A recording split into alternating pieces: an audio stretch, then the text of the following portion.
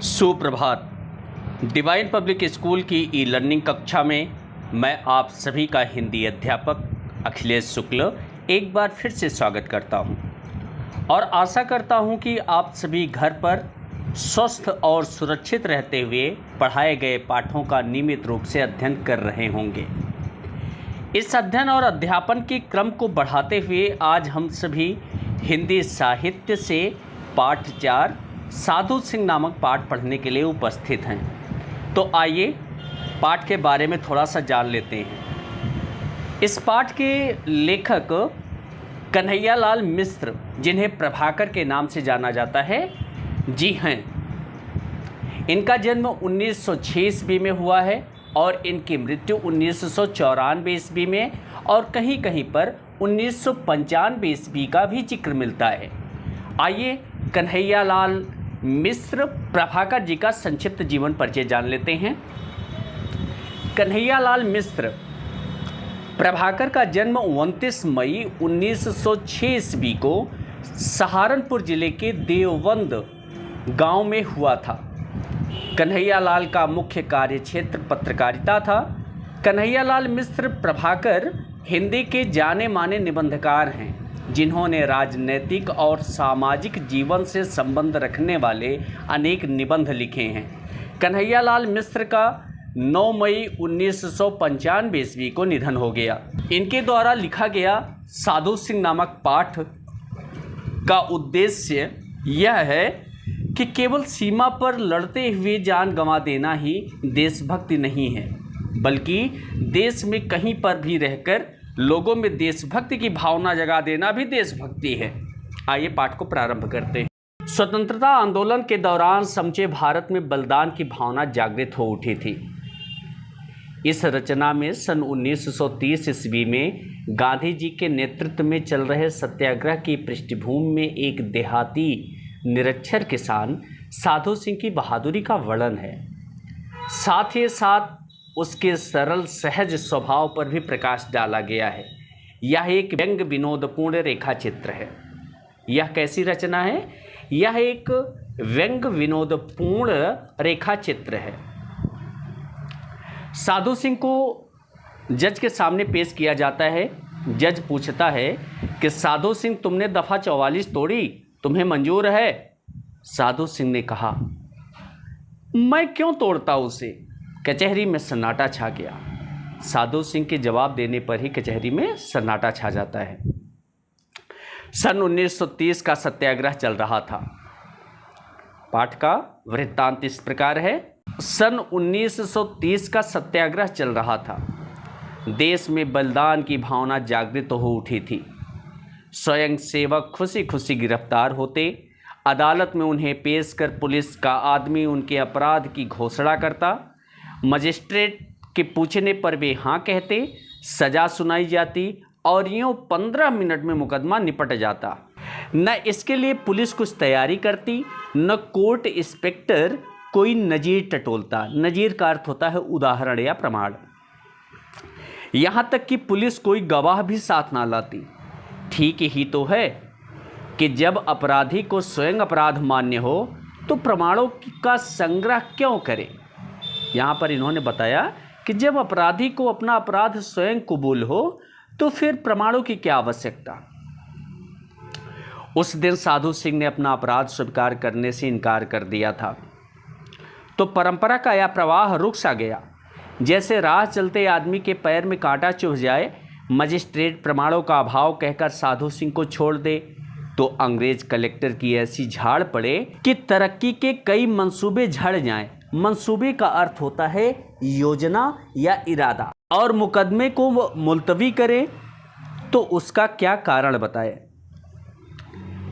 चंद्रधर जियाल, एक घाघ मजिस्ट्रेट, उसने साधु सिंह को गौर से देखा। एक सीधा साधा अनपढ़ किसान। सोचा यह झूठ तो बोल नहीं सकता, फिर बात क्या है। पूछा, मिस्टर साधु सिंह, तुम्हें पता था कि देवबंद में दफ़ा 44 लगी हुई है? उत्तर मिला, लगी होगी। मैं तो सारे बाजारों में नारे मारता फिरा, मुझे तो वह कहीं दिखी नहीं। जियाल साहब मुस्कुराए।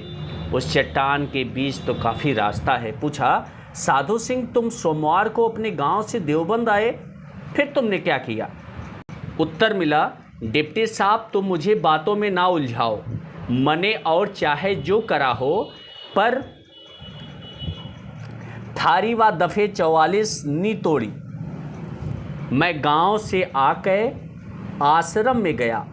वहाँ रात में म्यारे पंडित जी ने उपदेश दिए, अक महात्मा गांधी का हुक्म है, गाली गुस्सा, तोड़ फोड़ और मारपीट से बचना चाहिए। फिर भला मैं किक्कर तोड़ देता दफ़ा 44। सच्ची बात कहूँ डिप्टी साहब, बुरा तो मानियो ना, पर यूँ थारा पुलिस वाला बिल्कुल झूठा है। मजिस्ट्रेट को बहुत ज़ोर से हंसी आ रही थी, पर उनका मतलब किनारे लग रहा था। अपने को संभाल कर उसने पूछा, ठीक है, फिर मंगल को तुमने क्या किया साधु सिंह?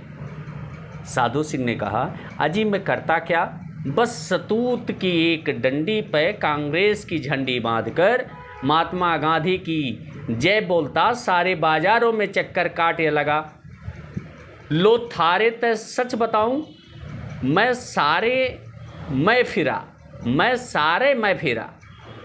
पर कसम गंगा जी की, जो मन्ने व दफ़ा 44 कभी भी मिली हो, झूठ मैं बोलता नहीं, फिर भी वह टूट गई हो तो मुझे पता नहीं। तुम उसके वास्ते मुझे माफ़ कर दो। मजिस्ट्रेट के लिए इतना काफ़ी था। उसने फैसला लिखा, माफ़ी मांग लेने के कारण अभियुक्त को मुक्त किया जाता है। साधु सिंह अवाक और उसी दिन फिर आश्रम में, पंडित जी, और डिप्टी मुझे बहुत उलझाता रहा, पर मुझे तुमने पहले ही सारी बत्ता समझा दी थी। मन ने कहा तोड़ना तो दूर, मन ने तो उसे देखा भी नहीं।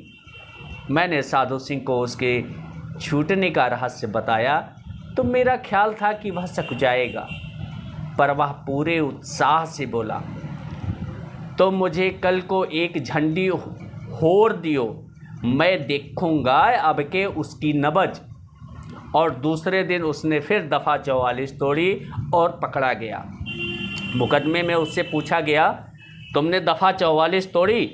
तो ज़ोर से बोला, तोड़ी क्या ऐसी फैसी। नारे मार मार के उसकी एक हड्डी 80 कर दी। अक बिचारी महीना 20 दिन खाट पे पड़ी, दूध हल्दी दूध पीवेगी। मजिस्ट्रेट कुछ हंसा, कुछ झेंपा और उसे 2 मास की सख्त सज़ा लिखकर उठ गया। मैंने उस दिन भी सोचा था और आज भी सोचता ही रहा हूँ कि साधु सिंह को गुलामी का ज्ञान ना था, स्वतंत्रता का भान ना था, ना उसे क्रांति का पता था, ना गांधीवाद का। फिर वह कौन सी चीज़ है जो उसे उठाए फिर रही थी? तो आपने इस पाठ के अंतर्गत देखा, इस पाठ में एक अनमोल वचन भी दिया गया है, क्रांति का उदय सदैव ही पीड़ितों के हृदय एवं त्रस्त व्यक्तियों के अंतःकरण से हुआ है। तो इन्होंने कहा कि क्रांति का उदय हमेशा पीड़ित व्यक्ति, जिन व्यक्तियों को सताया जाता है उन्हीं से होता है, और ऐसे ही व्यक्ति देशभक्ति की भावना लोगों के अंदर जगा देते हैं। यहाँ कुछ शब्दार्थ दिए गए हैं, इन शब्दार्थ को आप अपनी उत्तर पुस्तिका में लिखकर याद कीजिएगा। धन्यवाद। आपका दिन मंगलमय।